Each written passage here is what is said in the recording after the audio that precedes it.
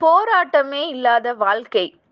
போராட்டத்தை சந்திக்காத எந்த உயிரும் பூமியில் வாழ முடியாது. பிறந்தது முதல் இறப்பு வரை போராட்டம் இருந்து கொண்டேதான் இருக்கிறது. பிறந்த குழந்தை கூட அழுகை என்னும் புரட்சி செய்துதான் தன் தேவைகளை பூர்த்தி செய்கிறது. போராட்டத்தில் பிறந்து, போராட்டத்தில் வளர்ந்து, போராட்டத்தில் மடிவதுதான் வாழ்க்கை. பூந்தோட்டத்தில் தினம் தினம் புது மலர்கள் பூப்பது உண்டு. ஆனால் அவை நிலைப்பது இல்லை. அது நியதியும் இல்லை.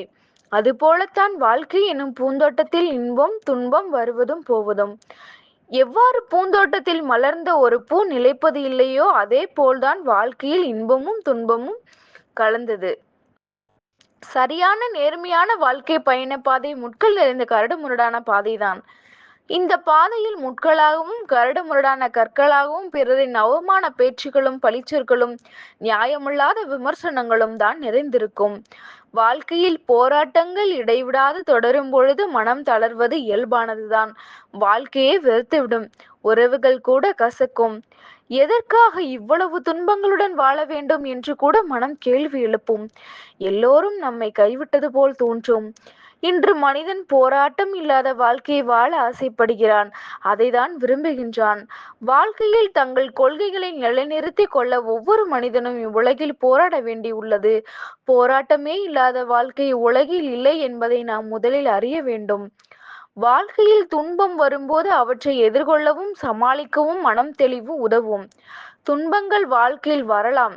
ஆனால் துன்பமே வாழ்க்கை என்றால் கேள்விக்குறிதான். துரதிர்ஷ்டவசமாக ஒரு சிலருக்கு அவர்கள் எவ்வளவுதான் நல்லவர்களாக இருந்தாலும் வாழ்க்கையே போராட்டமாக அமைந்து விடுகிறது. இந்த மாதிரியான கடினமான சமயங்களில் நான் மிகவும் கவனமாக நடந்து கொள்ள வேண்டும்.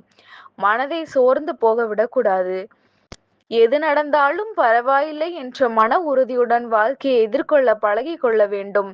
நமக்கு இருக்கின்ற பிரச்சனை என்னவென்றால் மற்றவர்கள் முன் நம் கௌரவம் குறைந்து விடுமோ என்ற பயம், அவமானம் ஏற்பட்டு விடுமோ என்ற பயம். இவற்றை விட்டு ஒழியுங்கள், வாழ்க்கை எளிதாக விடும். ஆம் நண்பர்களே, உங்கள் வாழ்க்கை பாதையை நல்ல சிந்தனைகளாலும் நற்செயலாலும் மலரும் புதிய பயனுள்ள மலர்களால் பாதையை நிரப்புங்கள். வாழ்க்கை இனிதாய் அமையும். கப்பல் வடிவமைக்கப்படுவது கரையில் நிறுத்தி வைக்கப்படுவதற்கு அல்ல. வாழ்க்கையும் கரையில் நின்று வேடிக்கை பார்ப்பதற்கு அல்ல.